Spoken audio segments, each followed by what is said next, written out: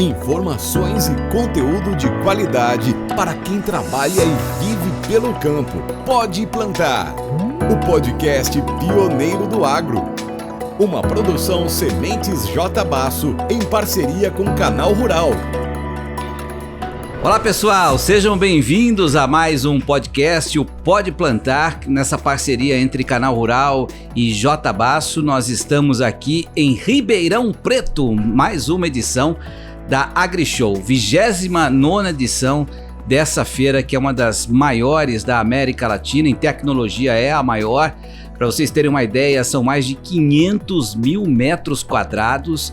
Só pelo alto vocês conseguem ter uma ideia da dimensão dessa feira aqui, ruas quilométricas, e a organização espera receber nesses 5 dias cerca de 200 mil visitantes. 200 mil visitantes. E aqui na AgriShow, em Ribeirão Preto, a J. Basso montou o seu estúdio, né? Você inclusive pode passar por aqui, visitar a J. Basso, todos os estandes aqui, para conhecer um pouco desse segmento, né, das sementes, que é tão importante para o agronegócio. E a gente está, nesse momento, começando o 4º episódio do Pode Plantar, que está na sua 2ª temporada. Se você não acompanhou, vai lá no YouTube do Canal Rural, tem todos os podcasts armazenados, né, nessa parceria entre Canal Rural e a J. Basso.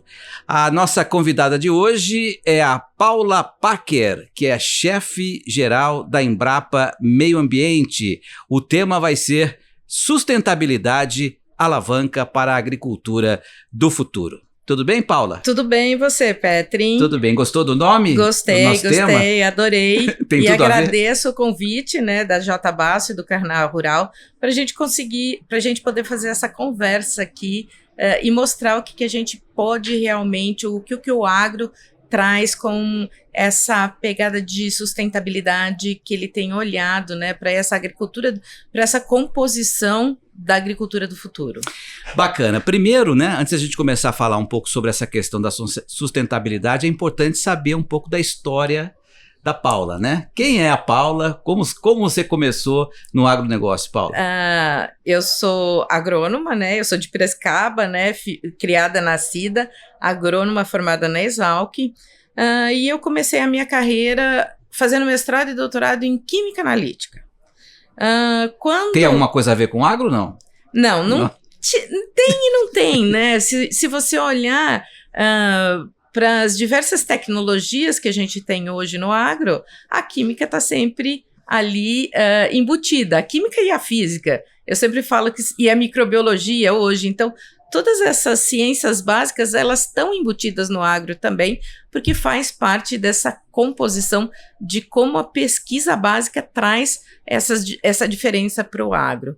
Aí depois eu entrei na Embrapa em 2010 e eu mudei um pouco minha trajetória. Eu trabalhava realmente com química analítica, desenvolvimento de tecnologias para análise química e comecei a trabalhar com mudança do clima. Então, realmente fazer determinações no campo do impacto realmente do uso irrestrito de fertilizantes, da não utilização de manejos específicos que tragam realmente essa pegada de sustentabilidade, olhar para realmente essas tecnologias de manejo diferenciadas que vêm nessa agricultura de baixo carbono, e aí foi que eu comecei a minha carreira. Depois eu fui chefe de transferência de tecnologia na Embrapa Meio Ambiente e hoje em dia eu sou chefe geral lá.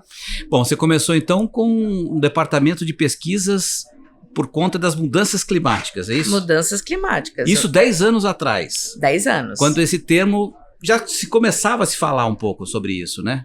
Não tinha esse nome, era aquecimento global antes, né? Era aquecimento global, mudanças climáticas, eu acho que já vinha um pouco na esteira desse novo olhar do que o homem está fazendo para o planeta num contexto geral.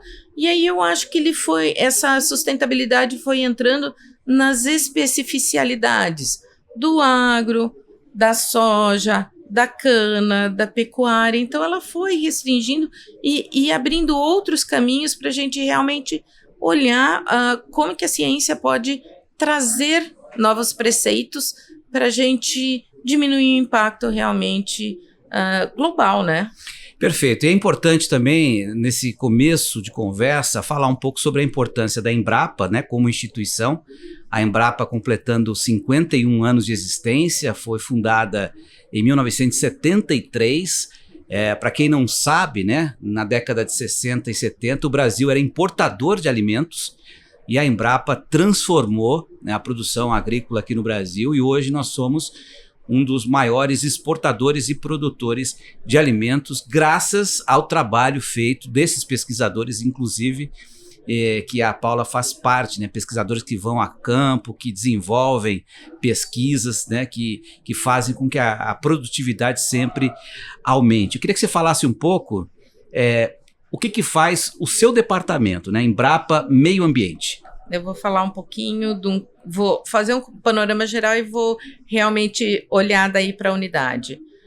Nós somos 43 unidades distribuídas no país inteiro, com cada uma com sua especificidade. Tem Embrapas de produtos, tem Embrapas ecorregionais e tem Embrapas temáticas, onde se encaixa a Embrapa Meio Ambiente.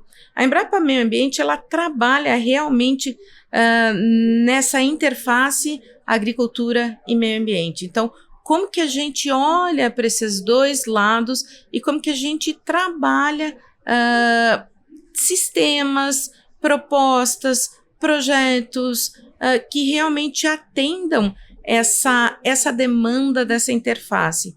E hoje, se a gente falar de agricultura e se a gente não falar de uma agricultura sustentável, a gente não está olhando para a agricultura do futuro.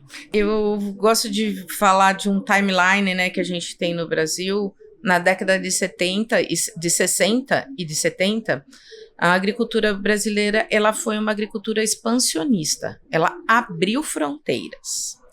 Daí ela passou por uma fase, época em que foi criada a Embrapa, da tropicalização da agricultura. Então você veio com sistemas de manejo, sementes diferenciadas, cultivares diferenciados, rebanhos, uma pecuária realmente adaptada para o Brasil. Então a gente passou por essa fase de tropicalização da agricultura. Agora a gente está perpassando, eu acho que é melhor, a época que a gente está trabalhando com a sustentabilidade. E a sustentabilidade com um olhar de aumento de produtividade. Você não precisa mais fazer a parte de expansão para você aumentar a produtividade. E cada vez mais a gente olha para uma agricultura sustentável que ela tenha esse equilíbrio, que ela tenha esse balanço dentro de uma ecologia, né, da paisagem dentro da fazenda. Então você tem a sua APP, você tem a sua cultura ou o seu rebanho, você tem sistemas integrados, você tem um manejo diferenciado, uma agricultura de precisão, bioinsumos. Então tudo isso vem na esteira dessa agricultura sustentável, então dessa potencial da agricultura brasileira de se mostrar sustentável. Acho que um grande problema ainda que a gente está passando é nós olharmos para a agricultura do Brasil, definirmos as métricas de sustentabilidades, definirmos as métricas de como que a gente vai trabalhar no mercado de carbono, que entra também nisso.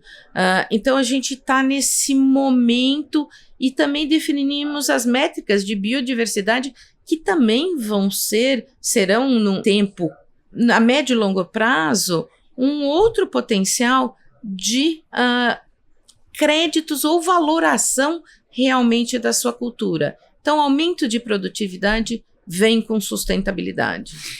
A gente tem exemplos lá atrás, por exemplo, plantio direto, né? Que foi, na verdade, surgiu acho que nos Estados Unidos, né? E que foi importado aqui para o Brasil. Hoje não dá para imaginar você fazer uma agricultura sem um plantio direto. A gente tem a questão que você citou também, da lavoura, pecuária, floresta, que é o sistema integrado, que cada vez está mais em expansão no Brasil. essa questão também dos investimentos em tecnologia, né, para você comprar uma semente que vai ser mais produtiva ou mais resistente ao estresse hídrico, a questão dos bioinsumos, tudo acaba sendo tratado como um pacote em que o produtor, no final das contas, sabe que aquilo que ele está investindo, ele acaba retornando através de uma produtividade maior, não é isso? É isso aí mesmo. Eu gosto sempre de falar que nós temos demandas e problemas complexos e a gente tem que olhar para soluções integradas. Então, a gente tem uma projeção de que daqui a 30 anos nós vamos ser 10 bilhões de pessoas dentro desse planeta. E se a gente não olhar para todas essas tecnologias que vêm nessa seara da sustentabilidade, a gente vai acabar com o planeta. Então, a agricultura tem um papel, principalmente não só a agricultura brasileira tem um papel de extrema importância nisso, de olhar como que a gente reverte e como a gente mostra isso. Então, sistemas integrados, integração lavoura-pecuária, integração lavoura-pecuária-floresta, que aí já você aumenta a complexidade, ela vem com tudo isso para você melhorar o seu solo, a saúde do solo. Bioinsumos, hoje você tem a conexão de uma semente extremamente bem tratada com bioinsumos, você tem a diminuição, você pode até ter a diminuição ou zerar um pouco seu input de fertilizantes na cultura da soja. Então, você vem com, no stand da Embrapa, a gente está com 2 tecnologias hoje de bioinsumos, que é o Combio, que é uma tecnologia de fixação biológica de nitrogênio e prevenção um pouco de fungos. Então, você melhorar a qualidade de semente com uma aplicação de bioinsumos e que você vai aumentar a produtividade. E temos o Auras, que é um bioinsumo também de mitigação da seca. Ele está registrado hoje para milho, então você cria uma mucilagem, é que nem você passar um creme no seu corpo, você cria essa mucilagem ao redor da raiz e ela tem esse potencial de mitigar a seca, de aumentar a quantidade das raízes e aumentar a produtividade também. E você tem tudo isso dentro de um microbioma ali do solo que está entrando em outra qualidade, melhorando realmente a saúde do solo. Sabe que você estava falando sobre sementes, né? Eu fiz algumas reportagens mostrando também a preocupação de você criar cultivares que sejam adaptáveis não só à região, mas também a facilitação da colheita. Por exemplo, o milho anão, né, que foi uma coisa que me chamou bastante atenção. Vindo agora do stand da Embrapa, estavam falando sobre, acho que é caju anão, é isso, caju anão, é isso? Tem 2 tecnologias sendo lançadas também, o caju anão, para São Paulo, é isso? Que acho que é adaptado para o Brasil inteiro. É uma tecnologia da Embrapa Agroindústria Tropical. E nós temos o lançamento também de 3 cultivares de amendoim, que são amendoins com maior teor de óleo e também mais adaptados à colheita mecânica. Então, a Embrapa vem com essa diferença. Então, adaptação, mitigação. Então, a gente sempre olha com todo esse olhar dentro dessa gama enorme de potencialidades. O trigo no cerrado também, que foi um avanço, né? O trigo no cerrado. A adaptação da pecuária. Você diminuir o tempo de engorda da pecuária também. Você está fazendo um processo de mitigação das emissões de gás de efeito estufa, que causam o aquecimento global, os eventos extremos. Aí você tem esse potencial de adaptação, que vem com esses novos cultivares, a tropicalização, a diferenciação genética, o CRISPR, então vem tudo com essa ciência embarcada, olhando realmente para uma agricultura mais sustentável e que é a agricultura do futuro. Voltando a falar da questão da semente, a gente está aqui na J. Basso, né, que é referência hoje na produção de sementes no Brasil, uma das principais, e a gente sabe que aqui a J. Basso tem um lab, né, que é um laboratório para poder também avançar nas suas pesquisas privadas, né? Então, o que você acha disso, né? De um lado, no início, né, a Embrapa sendo percursora dessas cultivares novas, né, fazendo esses testes mais apurados, e depois as próprias empresas avançando também, né, para oferecer ao produtor, ao seu consumidor, uma semente ainda mais apurada, né? Como é que você vê essa preocupação, né? Porque tudo começa, tudo bem, o solo é importante também, é o primeiro passo, mas a semente é o coração, né, da planta.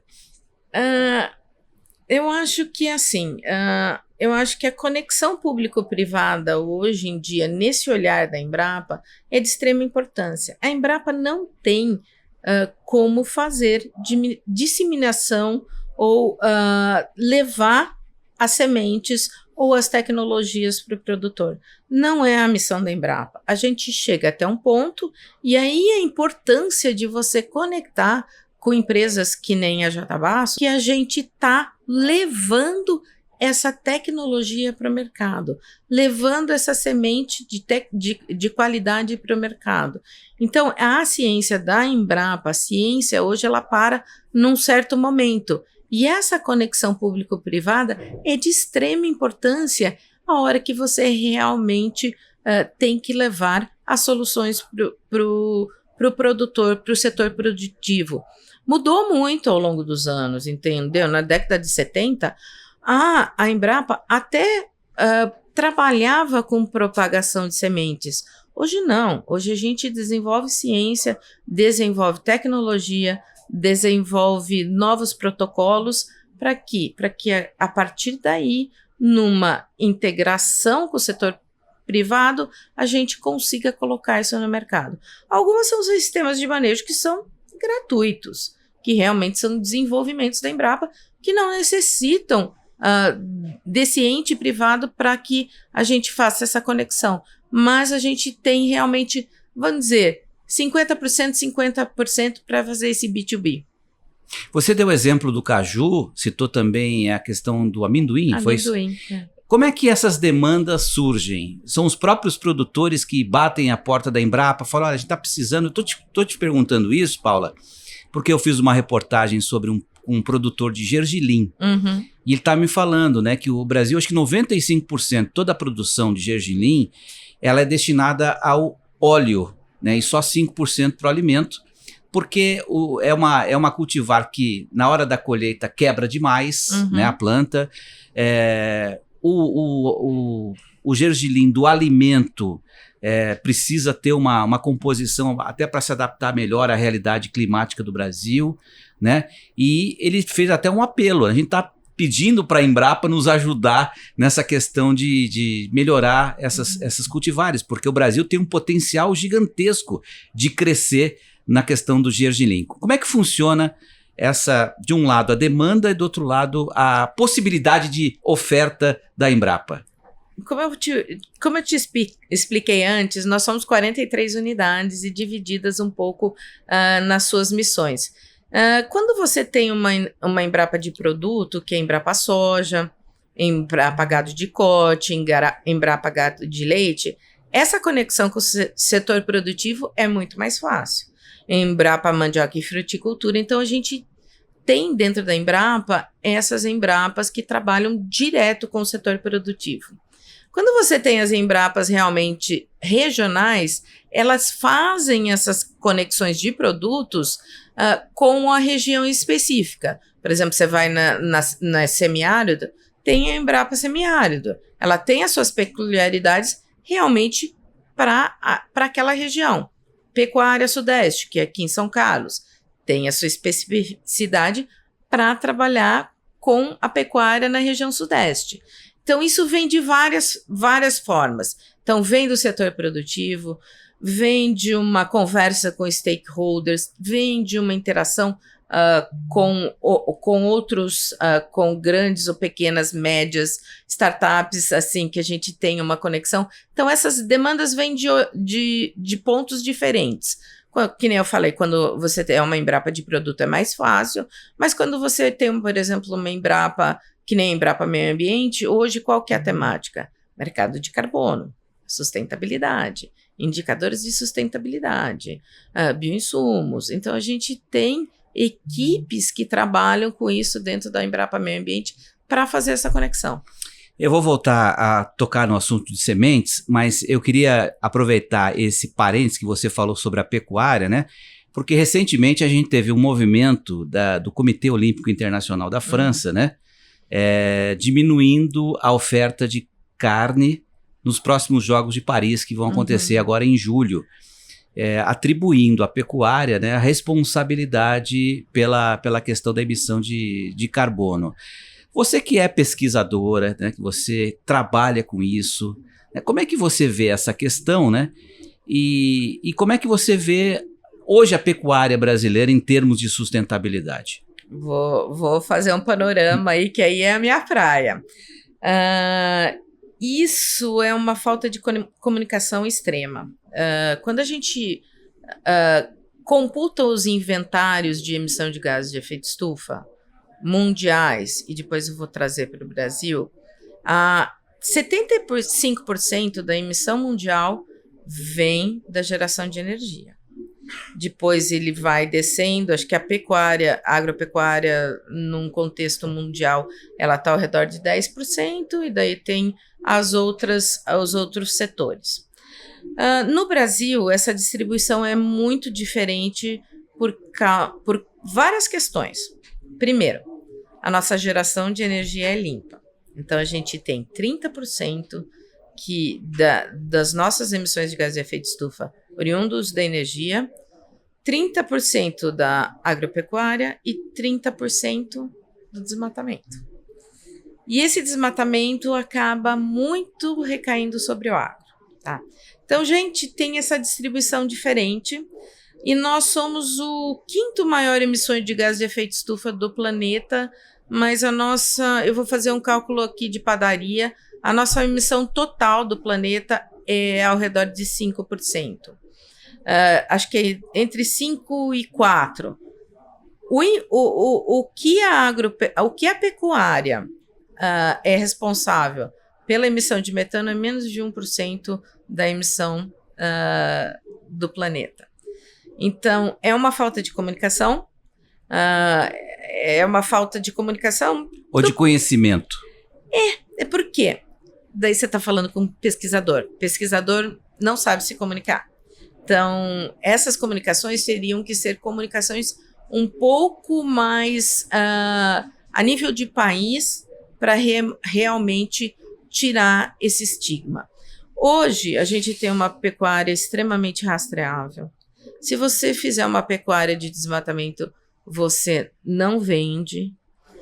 Então, existe, o que eu vou falar para você? É uma falácia, é um mito que tem que ser desmistificado. E isso cabe muito a uma esfera governamental de olhar para isso, de como realmente a gente quebra isso. E é verdade, o Brasil, ele é cobrado, por quê? Por causa dessa distribuição que é totalmente diferente dos outros países. Você falou sobre desmatamento, né? E hoje também está se discutindo a questão da remuneração para o produtor que preserva o meio ambiente, porque ele tem que seguir o Código Florestal, né? Então, se ele tem uma propriedade lá na Amazônia, ele só pode desmatar 20%. Ele Sim. tem que manter em pé 80%, e é justo que ele receba, né, pelo fato de ele preservar aquela área. Até porque se pegar fogo, por exemplo, ele vai ser responsável. Como é que você vê essa questão ser casada, né? O mundo inteiro discutindo a importância de se preservar o meio ambiente, mas ao mesmo tempo, né, a necessidade de se criar recursos, né, para pagar aqueles que precisam preservar o meio ambiente. Isso é uma conversa longa, mas eu acho que a gente pode pensar em termos mundiais. Uma das missões da COP em algum dos acordos era realmente ter um fundo para a preservação das florestas no planeta. Esse fundo dos países ricos não acontece, então existe essa discussão há muitos anos. Se não me engano, isso veio no Acordo de Paris, 2015, se não me engano. E esses acordos, eles são anualmente ratificados e discutidos dentro da COP. Então, a COP hoje, ela vem tanto com a proposta, de novo, vou ser repetitiva, de mitigação e de adaptação e de valoração com créditos verdes. No Brasil, hoje, essa discussão está fervilhando e é muito importante e rica. Então, a gente tem ministérios olhando para a taxonomia, como é que a gente vai criar essa taxonomia financeira para remuneração de quem realmente preserva a natureza. Então, tem o olhar para a taxonomia, tem um olhar na esfera mundial, né, global, e tem um olhar regionalizado, que é o pagamento por serviços ambientais. Então, se você preserva, e quanto mais regionalizados são esses programas ou essas legislações, melhor é, porque você consegue olhar para dentro do município e fazer essa remuneração para o produtor mediante ao dinheiro que entra não são impostos, mas Créditos. Não só créditos, mas quando você tem que pagar... Seria um benefício fiscal. Isso, um benefício... Acho que vem de benefício fiscal, vem de taxas, de incentivos, vem de vários fundos. Então, existem alguns fundos dentro do município que lhes servem para pagamento por serviços ambientais. Mas isso, se você pensar, ele tem que ser regionalizado. Você tem uma legislação para todo o Brasil, mas ele tem que ser tratado regionalizado. Não dá para você tratar diferente, ter um olhar para os 5 biomas de forma equalitária. Então, ele tem que ser regionalizado e específico para cada região do Brasil. Perfeito. A gente está chegando quase ao fim do nosso bate-papo aqui, mas eu queria falar um pouco especificamente sobre a cultura da soja, que é a nossa queridinha, né, nossa principal commodity brasileira, do ponto de vista das pesquisas, né? Obviamente, né, por ser a principal commodity, eu acredito que a Embrapa também centralize a maior força nessa questão. Temos ainda onde avançar nessa questão da produtividade de soja? Para onde vamos, né? Porque a gente lá no Canal Rural tem um prêmio, né? Produtor Soja Brasil, Personagem Soja Brasil, que tem também, fala sobre produtividade. Tem gente colhendo 130 sacas por hectare, tá? A gente tem ainda onde avançar? Como é que a Embrapa está trabalhando a evolução da soja nesse momento? Tem uma Embrapa, né, específica que trabalha com a temática, que é a Embrapa Soja.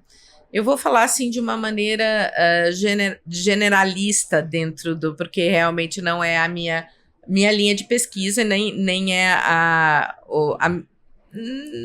nem é muito a minha praia, vamos dizer. Mas vocês conversam lá, né? Conversamos.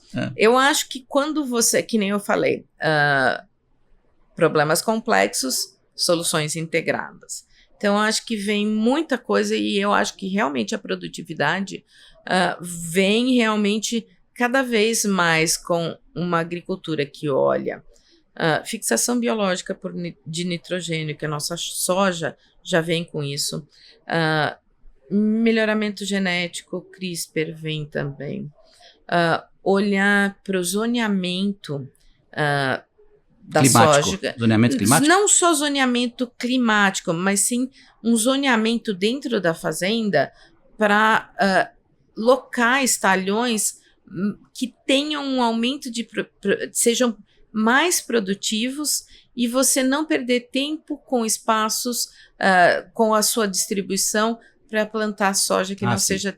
Então, você fazer uma integração aí dentro da fazenda que entra na ecologia da paisagem. Então, muitas vezes você pode, num local da sua fazenda que a produção é baixa, você realmente ter um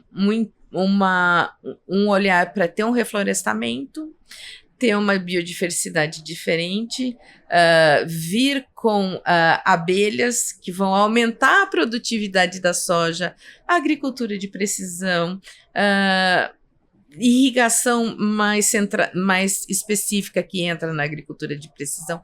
Então, tecnologias que realmente fazem a sustentabilidade e aumento de produtividade. Eu acho que, gente, a ciência, ela sempre avança. Então, ela sempre tem possibilidades de melhorar sementes, melhorar o manejo, melhorar o local, o zonamento climático, melhorar a ecologia da paisagem dentro da fazenda. Então, tem tudo isso que a valoração do produto, se você tem uma soja mais sustentável. Então, isso vem tudo nesse pacote da ciência. Então, esse pacote da ciência traz para o produtor uma possibilidade de aumento de produtividade. Bom, a gente tem daqui a pouco o Plano Safra, né? E um dos programas é o programa ABC, que é Agricultura de Baixo Carbono.